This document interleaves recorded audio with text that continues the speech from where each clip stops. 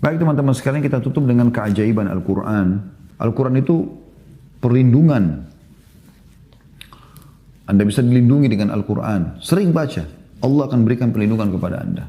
Bahkan Allah jadikan antara Anda dengan orang yang tidak beriman ini seperti dinding pemisah. Tidak bisa mereka menjangkau Anda, menyakiti Anda, menyusahkan Anda. Kalau Anda betul-betul membacanya, kata Allah SWT dalam surah Isra, tadabburi ini. Surah nomor 17 ayat 45. A'udzu billahi minasyaitonir rajim wa idza qara'tal qur'ana ja'alna bainaka wa bainal ladzina la yu'minuna bil akhirati hijaban mastura. Dan apabila kamu membaca Al-Quran, niscaya kami akan adakan antara kamu dan orang-orang yang tidak beriman kepada kehidupan akhirat suatu dinding yang tertutup. Ya. Jadi Allah lindungi dengan Al-Quran itu. Keajaiban yang kedua teman-teman saya ringkaskan, abadi dan tidak pernah berubah. Subhanallah. Allah katakan dalam Al-Quran, Inna nazzalna dzikra wa inna lahu nazzalna dzikra wa inna lahu lahafizun. Kami turunkan az-dzikra, peringatan Al-Quran, dan kami akan selalu menjaganya. Sampai pada terjadi teman-teman, ada sebuah percetakan di Prancis dulu pernah mencetak Al-Quran, lalu dia coba menambahkan atau mengubah beberapa ayat. Subhanallah, Quran itu pertama sekali disebarkan di Afrika Utara. Karena mereka tahu di Afrika Utara, di Tunis, Jazair, Maroko, Mesir, ini kan basisnya umat Islam lah dari Afrika gitu kan. Mereka sebarkan. Begitu disebarkan, ada satu anak kecil yang kalau kita TPA di Indonesia baca, kemudian dia ngeluhkan sama gurunya, dia mengatakan ini kenapa ayatnya berbeda. Gurunya cek ternyata betul berbeda, dilaporkan kepada Kementerian Agama mereka, lalu kemudian diangkat dari medsos sampai akhirnya terungkaplah permasalahan ini. Lalu kemudian ditutuplah percetakan tersebut, dituntut ya. Subhanallah, anak kecil bisa meluruskan karena Al-Quran itu selalu sama. Tidak ada berubah. Kalau ada perubahan maka akan langsung diketahui. Abadi selamanya. Apa yang dibaca di zaman Nabi SAW dan akhirnya diimani oleh para sahabat, lalu mereka praktikkan, lalu mereka jaya, itulah juga yang kita baca sekarang. Sama, kalau kita ikuti langkah mereka, kita imani, kita praktikin, kita juga akan jaya. Ya, kapan kita menghindar, maka sama keadaannya dengan orang menghindar dari Al-Quran. Mereka akan binasa, celaka, sebagaimana sudah cukup banyak tadi ayat yang kita sebutkan. Yang ketiga keajaibannya, tidak membosankan. Berapa kali teman-teman yang suka baca Al-Quran di sini, kalau yang hadir, Anda berapa kali baca surah Al-Kahfi setiap malam Jumat atau hari Jumat disunnahkan baca? Berapa kali Anda membaca di Ramadan ini? Atau Anda baca Al-Fatihah lah, ya. Al-Ikhlas, Al-Falaq, tidak pernah kita membosan, tidak pernah bosan dalam membacanya. Bahkan kalau kita baca keutamaannya, setiap huruf diberikan 10 pahala, kita berusaha selalu membacanya. Yang kata Nabi SAW, ya, setiap huruf Al-Quran kalau dibaca akan mendapatkan 1 pahala, dilipat gandakan menjadi 10 kali lipat. Dan saya tidak katakan alif, lam, mim 1 huruf, tapi alif 1 huruf berarti 10 pahalanya. Lam 1 huruf berarti 10 pahalanya, mim 1 huruf berarti 10 pahalanya. Berarti alif, lam, mim 30 pahala. Tidak pernah membosankan, orang terus mengejar. Bolak-balik kita dalam sholat 5 waktu teman-teman. Anggaplah sholat jahar aja, subuh, maghrib, isya. Tiap hari kita sholat. Tiap hari kita dengarkan ayat Al-Quran. Tidak pernah ada kebosanan. Enggak jenuh gitu. Makanya pernah ada seseorang didatangkan oleh Quraisy. Ini pendongeng orang ini.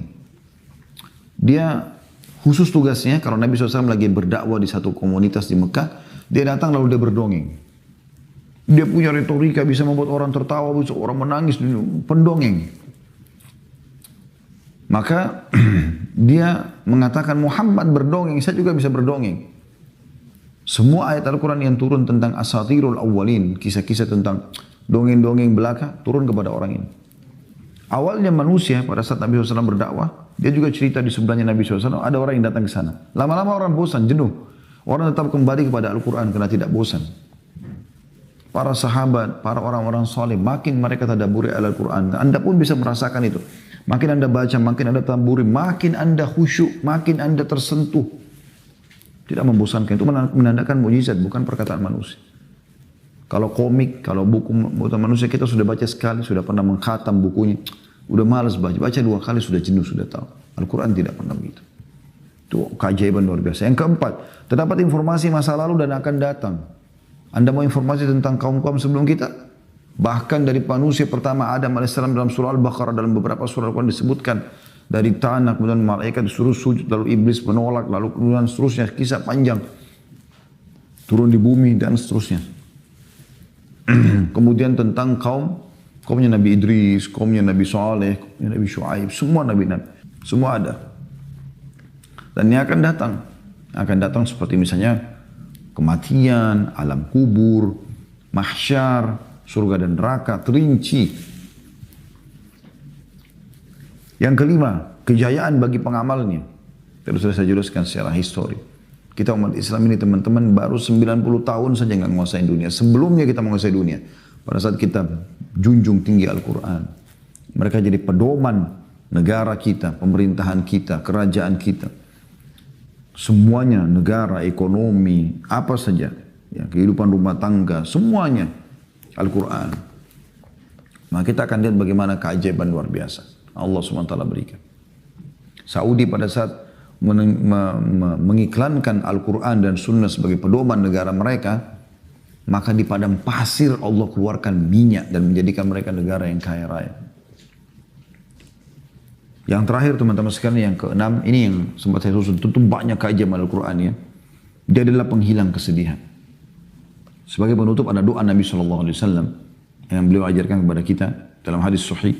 Beliau mengatakan tidak ada orang yang tertimpa kesedihan, sumpah, sedih, permasalahan, apa saja yang membuat dia merasa tidak nyaman. Kemudian dia membaca, Allahumma inni abduka, ya Allah aku adalah hambamu, wa bni abdika, dan anak hambamu laki-laki, wa bni amatika, dan anak hambamu perempuan, nasiyati biyadik. Ya. Maksudnya tadi anak hamba laki-laki, maksudnya anak ayahku, karena ayahku juga hambamu ya Allah. Anak hambamu perempuan maksudnya ibuku. Ya. Karena hamba Allah juga ibu itu ya. Nasiyati biyadik, ubun-ubunku ada di tanganmu, madin fiyah hukmuk, berlaku hukummu padaku. Madin fiyah hukmuk, adlun fiyah qada'uk. Sangat adil keputusanmu padaku. As'aluka ya Allah, aku minta kepadamu ya Allah. Bikulli ismin huwalak, dengan menggunakan semua nama yang kau miliki. Bikulli ismin huwalak, sammaita bihi nafsak, engkau memberikan nama itu pada dirimu. Aw 'allamtahu ahadan min khalqik, atau engkau mengajarkan kepada salah satu dari hambamu. Aw ista'tharta fi ilmil ghaibi 'indak, atau engkau menyimpan di ilmu ghaib di sisimu. Antaj'al Qur'ana karima rabi'a qalbi, agar engkau menjadikan Al-Qur'an sebagai penghibur hatiku. Panjang lebar semua doa tadi ini, ujungnya adalah agar engkau menjadikan Al-Quran sebagai penghibur hatiku. Antaj'al Qur'ana karima rabi'a qalbi, wa nura basari, wa nura sadri, dan cahaya dadaku. Wa dhihaba hammi wa ghammi, dan penghilang sumpek dan sedihku. Wa amrad, dalam beberapa riwayat yang lain, wa amrad, dan penyakit-penyakitku. Kata Nabi SAW, siapa yang baca ini, niscaya Allah akan ganti kesedihannya menjadi kesenangan. Jadi betul-betul luar biasa. Tinggal Anda mau praktek atau tidak.